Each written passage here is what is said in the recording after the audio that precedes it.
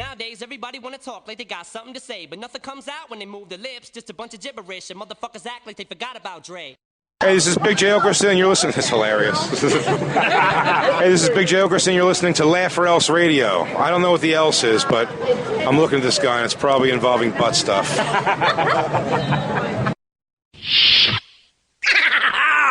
Laugh or else.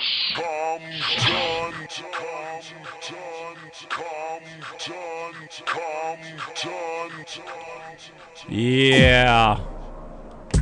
This is the Laugh or Else radio show on 89.3 WNUR-FM in Chicago. This is Chicago Sound Experiment. And you're hearing Real M&F and G's by Eazy-E, one other member of NWA. If you didn't recognize, every song I just played in that set had a different member of the group. Yeah. So if you're looking for something to do tomorrow, go make sure you go and check out Straight Outta Compton. Gotta be the number one movie in the country, wouldn't you say? I would think so. What else is there? It's probably some kiddie-related stuff, animated or something more family-friendly, I suppose. That's an R-rated movie, and it's got to deal with a harsh subject matter. So, but I mean, it's probably one of the most popular ones, one of the best reviewed ones so far. And F. Gary Gray, who bought you such hits as Friday, directing it. So, man, what a good team behind it, man. Yeah. You got Ice Cube's son, O'Shea Jackson Jr., playing his dad. Chris Rock's brothers in it. But Tony Rock? Yeah. Nice. You got the incomparable Paul Giamatti, one of my favorite actors of this generation. Always playing a sleazebag manager type. I know, too. right? Something from Private Parts with Howard Stern's guy, Pig Vomit. Yeah, Pig Vomit. Yeah, to this, but man, he can act though, man. I love that guy. Yeah. Just throw him in whatever movie and he fits the role. He's the man. So we got a couple of more things to talk about before we get out of here, and the next show comes in here at 2. I usually dedicate the last portion of the show to This Week in Stupid. And I had a couple of stories last week that we didn't get to because we weren't on. No.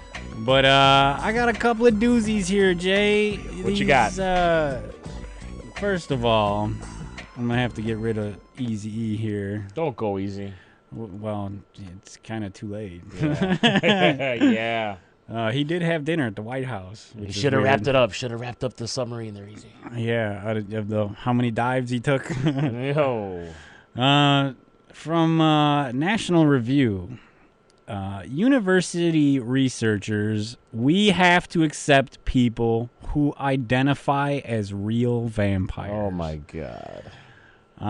Sociology researchers are now insisting that we, as a society, start accepting people who choose to identify as real vampires, in quotes. Mm-hmm. So that they can be open about the fact that they're vampires without having to worry about facing discrimination from people who might think that is weird. Rachel Dolan's identified as black, so why can't people identify as vampires? Yeah, don't discriminate, you daywalkers. Yeah, exactly. This the study titled "Do We Always Practice What We Preach? Real Vampires: Fears of Coming Out of the Coffin to Social Workers and Helping Professionals." Real vampires. Was conducted by researchers from Idaho State University and College of the Canyons and the Center for Positive Sexuality in Los Angeles. Sounds like an outfit that would run this kind of test. That sounds like a party. It's a mouthful, that's for sure. Most vampires believe they were born that way. Oh, God. They didn't choose this, said Dr. D.J. Williams, the study's lead researcher and director of sociology at Idaho State. The study is based on the experiences of 11 real, in quotes, vampires. I didn't choose the nightlife. The nightlife chose me, son. All right, Blade. Slow it down there. By the way, are different from lifestyle vampires. Okay? Mm-hmm. Lifestyle vampires, lifestylers, in quotes, the study explains, are people who just do things like wear fangs and sleep in coffins as lifestyle choices. And although real vampires may do these things too, they all also have one major thing in common that distinguishes them from lifestylers. The essential feature of real vampirism is their belief in the need to take a subtle energy called feeding from time to time from a willing donor, in quotes. In order to maintain physical, psychological, and spiritual health, the study explains, drinking someone's blood will make you violently ill.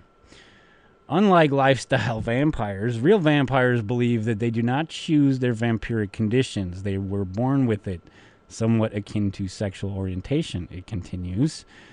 Some of these real vampires prefer to feed on physic or pranic energy, while others called sanguinarians, sanguinarians prefer to feed on small amounts of human or animal blood. Okay, this has got to stop. Of the 11 real vampires interviewed for the study, 3 said they preferred physic energy, 3 said they preferred blood, and 5 said they got energy from multiple sources.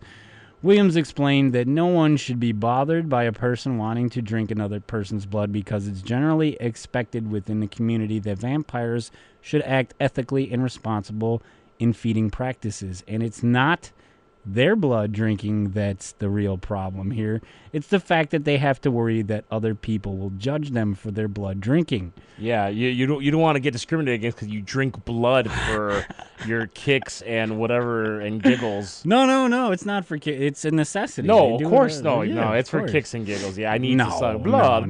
They didn't decide the vamp life. The vamp life decided for I did not decide the nightlife. It chose me. Me. 1, 2, 3. 1, 2, After all, the study reported that all of the participants seemed to function normally based on questions about their careers and psychiatric histories.